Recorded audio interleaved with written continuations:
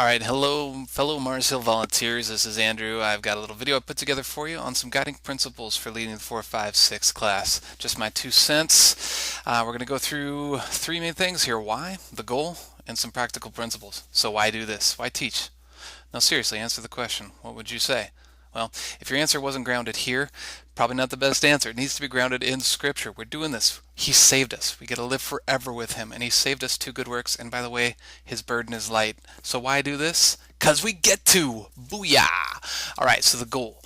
What's the goal of this? This isn't really a harvesting ministry for the most part. It does happen, but by and large, we're seed planters. We're planting seeds, we're watering seeds. That's theology, Scripture, love, prayer over them. A lot of things they don't see here and now, but appreciate later on in life. And by the way, as a side note, with the parents, same thing. As they're dropping their kids off and picking them up again, we get to invest in their hearts as well.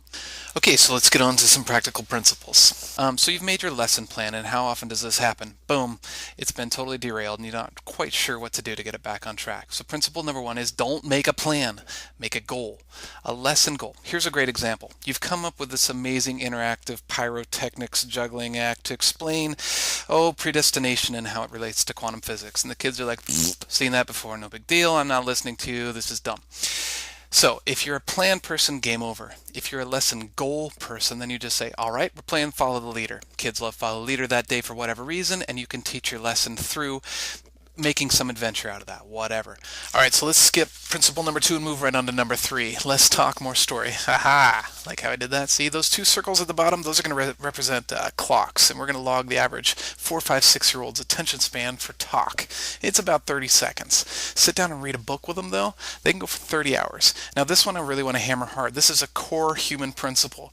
I don't know if you remember a little project you might remember called Hollywood, but they figured this one out a long time ago. Olympics, video games, theater, anything you can think of like that, it's a God-given truth. Jesus used parables to teach very often. History is in fact His story. So we're not going after something new here. We're tapping into a core truth.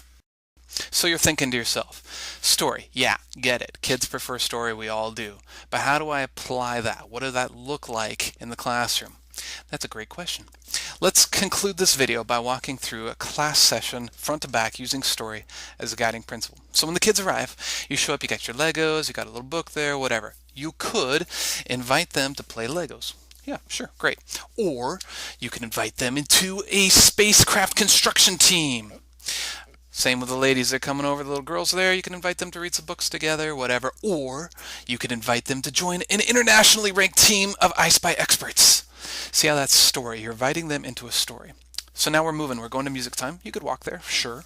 Or you could invite them to become a group of intergalactic space explorers trying not to wake the invisible sleeping gorilla in the hallway. All right, so we're back in the classroom. Now it's time for your lesson goal. You could talk through all the points or use story to do the same thing, like a choose your own adventure. Which planet should we fly to next as we learn about this? Notice my space theme. Use a puppet. This is my friend Mr. Numbskull. He can never quite get a Bible story right, and the kids love correcting him. It's really funny to watch them interact with him. It's interactive, it's fun, it's part of a story, and he gets to tell it. Or you could draw it. Now you notice from my skill, not so great. Use your old skills that you learned in 3rd grade to do a story. The kids don't care. You're better than them. Draw your little birds in sunshine. Whatever. Okay, so the last 30 minutes I call the red zone. Games are a kind of story. Let's look at some. 2 teams vying for a best one at a time paper airplane target points. That's a story. Lego Creation Showcase Spectacular. That's a kind of story. Or What's That Thing? Another game that's a story. So let's do a little review. Why are we doing this? Because we get to. The goal is planting good seeds. The principles are a lesson goal and story. And I look forward to a great harvest with you guys down the road. Let's be some good fruits. So keep planting those seeds, everybody. Bye-bye.